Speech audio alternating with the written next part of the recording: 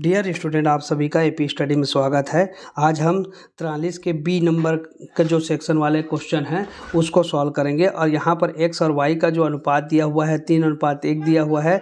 और यहाँ पे 31 दिसंबर 2014 को उनका चिट्ठा निम्नलिखित है। ये जो है क्वेश्चन है, यह प्रश्न जो है 2017 में सेट ए में आया हुआ था, अंक को परिवर्तित करके दिया हुआ था। तो इस चीज़ों को आपको ध्यान रखना है। तो यहाँ पे देखिए दायित्व और संपत्तियाँ दिया हुआ है। दायित्व में संपत्तियाँ में यहाँ पे अधमड़ मतलब होता है देनदार, ठीक है। स्कंद, फर्नीचर और भवन। यहाँ पे लेनदार पूंजी एक्स और वाई का दिया हुआ है और देय बिल दिया हुआ है 12,000 रुपये का। इसमें हमको क्या करना है, तो इसमें हमको देखना है, क्या देखना है, तो ये देखिए वे 1 जनवरी 2015 को जेड को निम्न शर्तों पर प्रवेश देते हैं। निम्न शर्तों पर प्रवेश देते हैं। जेड पूंजी के लिए 10,000 रुपये देगा। किसके लिए देगा? पूंजी के लिए। और फर्म के भावी लाभों में 1/5 भाग के लिए 8,000 रुपये ख्याति के देगा। देखिए 10,000 रुपये पूंजी के लिए देगा और भावी लाभ के लिए तो कितना दे रहा है? 8,000 रुपये ख्याति का। तो फर्म की लाभ में हिस्सा पाने के लिए ख्याति लेके आता है और फर्म की संपत्ति में हिस्सा पाने के लिए पूंजी लेके आया जाता है, ठीक है। इस चीज़ को आपको ध्यान में रखना है, ठीक। अब हम आगे बढ़ते हैं क्वेश्चन को और समझते हैं। इसमें देखिए क्या लिखा है। इसमें लिखा है कि स्कंद व फर्नीचर का मूल्य 10% कम करना है। ये हमको पुनर्मूल्यांकन में इसका लेखा करना पड़ेगा। और अप्राप्त ऋण के लिए 5% से संचिति का सृजन करना है। सृजन किया जाएगा मतलब डूबत ऋण संचय खाता बनाया जाएगा। फिर है भवन का मूल्य 20% से बढ़ाया जाएगा, ठीक है। यहाँ पे 20% संपत्ति के मूल्य में वृद्धि होगी तो समाकलन में लिखेंगे पुनर्मूल्यांकन के। यहाँ पे संपत्ति के मूल्य में कमी हो रही है तो हम इसको विकलन में लिखेंगे, स्कंद और फर्नीचर का, ठीक है। अप्राप्य ऋण संचिति के लिए भी हम विकलन में लिखेंगे क्योंकि संचितियों में वृद्धि हो रही है, ठीक है। पुनर्मूल्यांकन खाता एवं पूंजी खाते बनाइए। तो हमको पुनर्मूल्यांकन और पूंजी खाता बनाना है। और यह जो क्वेश्चन है वो Chhattisgarh 2015 set A B C और छत्तीसगढ़ 2006 सेट बी में आया हुआ है। और यहाँ पर यह भी ध्यान रखना है कि इसका पंजी प्रविष्टि भी पूछा गया था जो छत्तीसगढ़ 2006 सेट ए में पूछा गया था। तो विशेष इंपॉर्टेंट क्वेश्चन है, इस क्वेश्चन को हमको बनाना है। तो चलिए समझते हैं। तो सबसे पहले पुनर्मूल्यांकन खाता बनाएंगे। पुनर्मूल्यांकन खाता में इन 2 पॉइंट में जो है पुनर्मूल्यांकन खाता पूरा हो जाएगा। पहला, स्कंद और फर्नीचर के मूल्य को 10% कम करना है। 5% ऋण संचिति का सृजन करना है और भवन का मूल्य 20% से बढ़ाया जाएगा। तो ये 4 जो पॉइंट है इसके आधार पे हमारा पुनर्मूल्यांकन खाता बनेगा। यहाँ पे 5% कहाँ पर से, तो ये देनदार में 5% निकालेंगे और स्कंद और फर्नीचर में 10% जो है निकाल करके उतनी राशि को हम पुनर्मूल्यांकन खाता में लिखेंगे, ठीक है। तो यहाँ पर देखें, हमने यहाँ पर ये देखिए आपके लिए स्कंद खाता से स्कंद के मूल्य में कमी हो रहा है, इसके लिए फर्नीचर खाता से फर्नीचर के मूल्य में कमी हो रहा है इसलिए, और डूबत ऋण संचय खाता से डूबत ऋण संचय मतलब अप्राप्त ऋण के लिए संचिति बनाना है, इसलिए हमने क्या लिख दिया, डूबत ऋण संचय खाता से संचिति में वृद्धि हो रही है इसलिए इधर आया, ठीक है। भवन खाता को 20% राशि से जो है भवन क्या हो रहा है, भवन में वृद्धि हो रही है, इसलिए हमने यहाँ पे भवन खाता को करके समाकलन पक्ष में लिखा है। क्लियर हो गया होगा। अब हम चलते हैं कि हमारा जो स्कंद है वो कितने का है।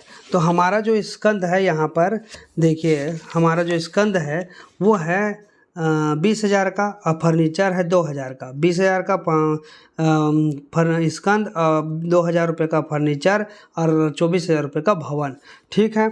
इसको याद रखना है। और अधमड़ कितने का? 16,000 का, मतलब ये देनदार। तो इस पे हमको क्या बनाना है, संचिति का निर्माण करना है। तो सबसे पहले हमको इसमें कैलकुलेशन करना पड़ेगा। जैसे देनदार मतलब अधमड़ अब लिखा है तो देनदार कितने का है, 16,000 रुपये का।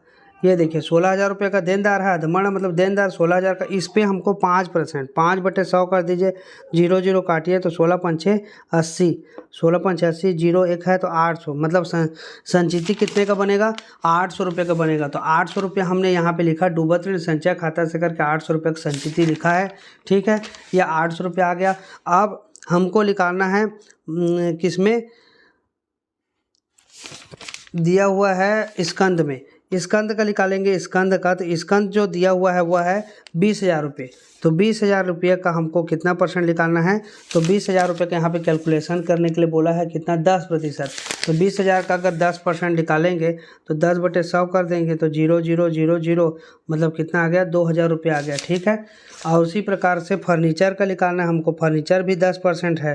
फर्नीचर का जब निकालेंगे तो फर्नीचर है 2,000 का, और 2,000 का 10% निकालोगे मतलब 200 रुपये आएगा, क्योंकि 0,0 मतलब ये कितना आ गया, 200 रुपये आ गए। ठीक, ये हो गया।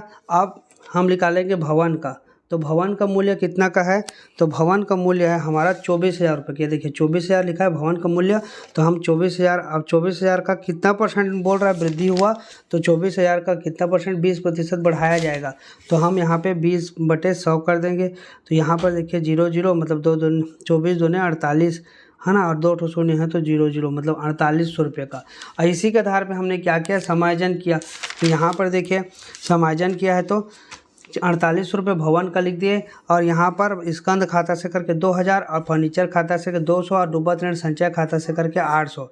ये तीनों को लिखे इधर, और समाकलन पक्ष में 4800। अब 4800 इधर है योग में, और इधर जोड़िए तो 2,000, 200 और 800 मतलब 3,000 हो गया। मतलब इधर से 1800 रुपये कम है इधर, तो अंतर की जो राशि है उसको हमने 1800 रुपये यहाँ लिखा, और पूंजी खाते से करके लिख दिया। अब इस 1800 की राशि को हम क्या कर देंगे, बांट देंगे। तो कौन सा अनुपात में बांटेंगे, तो अनुपात यहाँ पर दिया हुआ है 3:1। इसी अनुपात में हम बांटेंगे पूंजी की राशि को 3:1 में। तो 1800 को 3:1 में बांटिए तो 1800 1 का, 1800 गुणित 3 हम बांट रहे 3:1, 3:1 मतलब टोटल 4 भाग। टोटल कितना, 4 भाग में से 3 भाग 1 का। तो यहाँ पे 4 एकम और 4 चौक 16, 2 4 5 6 20, और ये शून्य मतलब 450 गुणित 3 शून्य, 3 5 6 15 का 5, थोड़ा सा और बच्चा बेटा, 3 0 0 3 5 6 15 का 5 हाथ का 1, 3 चौक 12 और 1 13। ठीक है। तो कितना आ गया, 1350 रुपया, जिसको हमने यहाँ पर लिखा 1350 रुपये X का। और दूसरा Y का कितना आ जाएगा, 450 रुपया।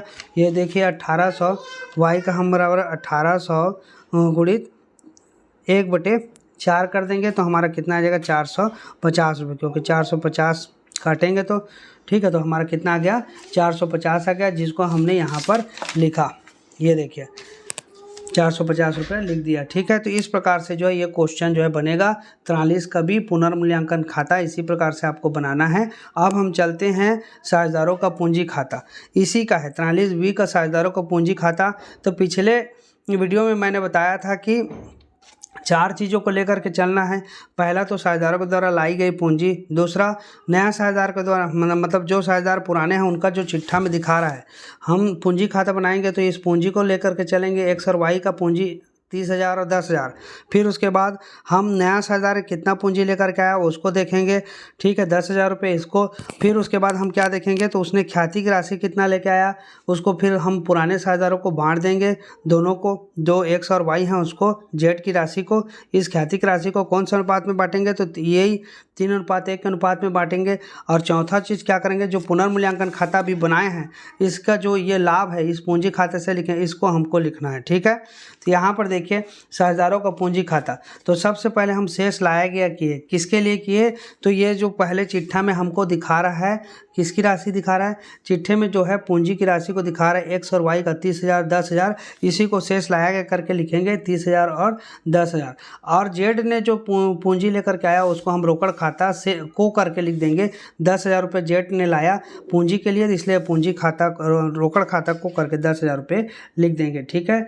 अब इसके बाद प्रीमियम ख्याति खाता, देखिए 8,000 रुपये ख्याति का लेके आया, इसलिए प्रीमियम ख्याति खाता को करके। अब इस ख्याति की राशि को हम क्या करते हैं, पुराने साझेदारों में बांटते हैं। कौन से अनुपात में बांटते हैं, तो इसी अनुपात में बांट देंगे 3:1। तो 8,000 को 3:1 में बांटेंगे तो हमारा कितना आएगा, तो 8,000 एक शकल निकालते हैं, 8,000 गुणित 3:1 मतलब 3/4 मतलब क्या हो जाएगा, 4 एकम 4 दूने 2,000 गुणित 3 कर देंगे तो 2 तिया 6,000।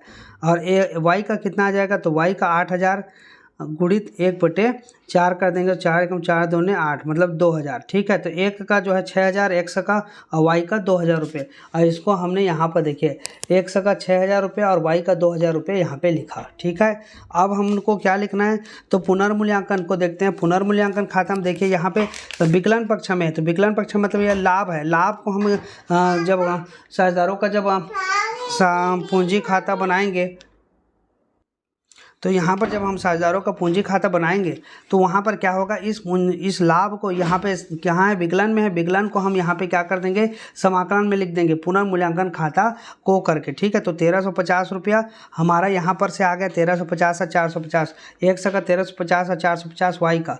इस प्रकार से इसको लिखने के बाद हम सबका योग लगा देंगे, सबके एक्स का, वाई का और जेड का। तो यहाँ पर देखिए 37,350, 12,450 और 10,000, इसी को हमने शेष ले जाएगा करके यहाँ पर भी लिखा और उसका यहाँ पे योग लगा दिया। तो इस प्रकार से जो है ये क्वेश्चन का साझेदारों का पूंजी खाता बनेगा। ठीक है, 43B का जो साझेदारों का पूंजी खाता है इस प्रकार से बनेगा। स्क्रीनशॉट लेना चाहें तो इस प्रकार से स्क्रीनशॉट भी ले सकते हैं। ठीक है, अब इसके बाद क्या लिखा है, तो इसके बाद प्रश्न में लिखा है कि प्रश्न में ये लिखा है, यहाँ पे देखिए प्रश्न में लिखा है कि फर्म के पुस्तकों के आवश्यक पंजी प्रविष्टियाँ कीजिए। ये 2006 में आया था सेट ए में, तो अभी भी आ सकता है, इस साल भी आ सकता है। तो इसको आप ध्यान में रखिए और इस क्वेश्चन को बार बार प्रैक्टिस कर लीजिए, क्योंकि इस प्रकार का अगर प्रश्न आएगा, मतलब 6 नंबर का प्रश्न है, फिक्स है 6 नंबर का प्रश्न आएगा, तो इसमें आपको जो है अच्छे नंबर प्राप्त हो जाएंगे। ठीक है, तो यहाँ पे फर्म के पुस्तकों में आवश्यक पंजी प्रविष्टियाँ कीजिए। पंजी प्रविष्टियों के लिए हमको यहाँ पर समायोजन की राशि, समायोजन से देखना पड़ता है कि पंजी प्रविष्टियाँ कौन कौन सी होंगी, तो वे यहाँ पर से ही मतलब समझ में आता है। तो जेड पूंजी के लिए 10,000 रुपये देगा और फर्म के भावी लाभों के 1/5 भाग के लिए कितना लाएगा, 8,000 रुपये ख्याति के देगा। मतलब जेड जो है पूंजी के लिए ला रहा है और ख्याति के लिए राशि लेकर आ रहा है। तो ठीक, हमने पिछले और भी जो वीडियो हैं उसमें पंजी प्रविष्टि के बारे में पढ़ा है। तो हम क्या करते हैं, इसमें जब पूंजी का और ख्याति की राशि लाता है तो हम लिखते हैं रोकड़ खाता विकलन जेड के पूंजी खाता से और प्रीमियम ख्याति खाता से करके लिखेंगे पहला पंजी प्रविष्टि। ठीक है, दूसरा जो पंजी प्रविष्टि होगा वो होगा स्कंद और फर्नीचर का मूल्य कम हो गया, तो इसके लिए, लेकिन इसके पहले हम क्या करेंगे, इस ख्याति की जो राशि लाया उसको हम साझेदारों के पूंजी खाते में अंतरित करेंगे। तो पहला तो लिख देंगे कि रोकड़ खाता विकलन एक्स के जेड के पूंजी खाता से और वाई क्या बोलते हैं प्रीमियम ख्याति खाता से, और फिर प्रीमियम ख्याति खाता विकलन करके लिख देंगे एक्स के पूंजी खाते से वाई के पूंजी खाता से। यहाँ पर देखिए इस प्रकार से होगा, पहला जो पंजी प्रविष्टि होगा वो रोकड़ खाता विकलन जेड के पूंजी खाता से और प्रीमियम ख्याति खाता से। 18,000 टोटल को 10,000 रुपये किसका, पूंजी का, और 8,000 रुपये ख्याति का, इन दोनों को लिख दिए यहाँ पे।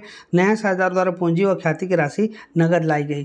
फिर उसके बाद इस जो प्रीमियम की राशि है उसको पुराने साझेदारों को बांटेंगे।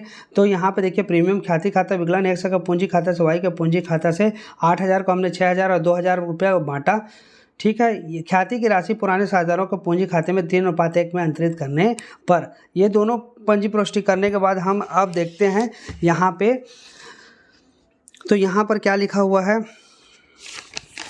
यहाँ पर है स्कंद और फर्नीचर का मूल्य 10% कम करना है। तो जब मूल्य में कमी हो रही है फर्नीचर और स्कंद और फर्नीचर क्या है, तो व्यापार की संपत्ति और संपत्ति के मूल्य में क्या हो रही है, कमी हो रही है। तो इसकी पंजी प्रविष्टि आपको